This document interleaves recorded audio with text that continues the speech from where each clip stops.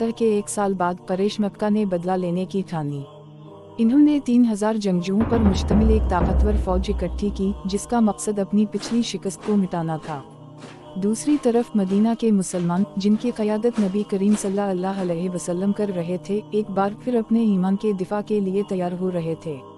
ये तसादुम कोहे उहद के करीब होने वाला था, जो इस्लामी तारीख की एक अहम तरीन जंग का गवाह बनने वाला था।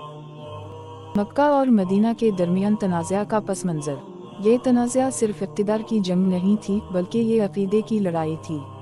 कुरैश इस्लाम को अपनी बरतरी के लिए ख़तरा समझते थे, जबकि मुसलमान अपने नए अक़ीदे के दिफा में बरसरे पैकार थे।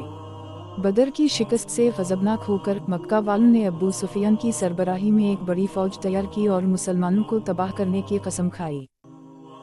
कुरैश की फ़ौज अबू सुफियान की क़यादत में मजबूत खड़ी थी, जिसमें हज़रत खालिद बिन वलीद जैसे माहिर जंगजू शामिल थे, जो अभी तक इस्लाम नहीं लाए थे। दूसरी तरफ मुसलमान फ़ौज तादाद में कम होने के बावजूद मजबूत अज़्म के साथ खड़ी थी। इनमें बहादुर जंगजू शामिल थे, जिनकी तलवारें सूरज की रोशनी में चमक रही थीं और वो अपने मकसद के दिफा के लिए पूरी तरह तैयार थे। जंग से पहले के हालात। जब कुरैश की फ़ौज मदीना के करीब पहुंची, तो नबी करीम सल्लल्लाहु अलैहि वसल्लम ने अपने साथियों से मशवरा किया। कुछ ने मदीना में रहकर दिफा करने का मशवरा दिया, जबकि कुछ ने खुले मैदान में दुश्मन से मुकाबला करने की हिमायत की। आखिरकार फैसला हुआ कि कुरैश का सामना कोहे उहद के करीब किया जाए। मुसलमान फ़ौज अपने दिलों में ईमान के साथ रवाना हुई, जानते हुए कि वो तादाद में कम हैं, मगर पुरअज़्म हैं। कोहे उहद की स्ट्रेटेजिक अहमियत। मुसलमानों ने अपनी फ़ौज को कोहे उहद के पीछे महफूज रखा, ताकि दुश्मन के हमले से बचा जा सके। दिफा को मजबूत करने के लिए एक पहाड़ी पर 50 माहिर तीरंदाजों को मुतय्यन किया गया और सख्ती से हिदायत दी गई, चाहे कुछ भी हो जाए अपनी जगह न छोड़ना। यही हुक्म बाद में जंग का फैसला किन मोड़ बनने वाला था।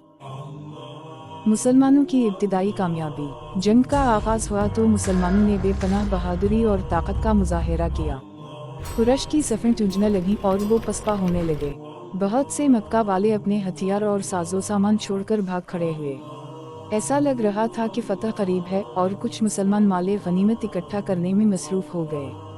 तीरंदाजों की नाफरमानी। जब मुसलमानों ने कुरैश को भागते देखा, तो बहुत से तीरंदाजों ने नबी करीम सल्लल्लाहु अलैहि वसल्लम के हुक्म की खिलाफ वर्जी करते हुए अपनी जगह छोड़ दी और माले गनीमत इकट्ठा करने लगे। सिर्फ चंद एक अपनी जगह पर रहे, और इस सूरत हाल का खालिद बिन वलीद ने बारीक बीनी से मुशाहिदा किया।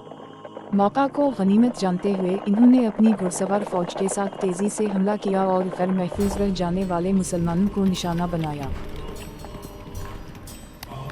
जंग के बाद के असरात और नुकसानात। ये जंग भारी जानी नुकसान के साथ इख्तिताम पजीर हुई। 70 बहादुर मुसलमान शहीद हुए, जिनमें हजरत हिमीज़ेह भी शामिल थे। कुरैश ने अगरचे जंग में फतह हासिल की, लेकिन वो मुसलमानों को मुकम्मल तौर पर ख़त्म करने में नाकाम रहे।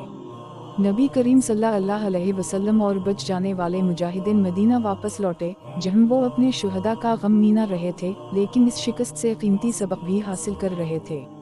जंगे उहद से हासिल होने वाले इसबाक। ये जंग ईमान, नज़म व ज़ब्त और सब्र का इम्तिहान थी।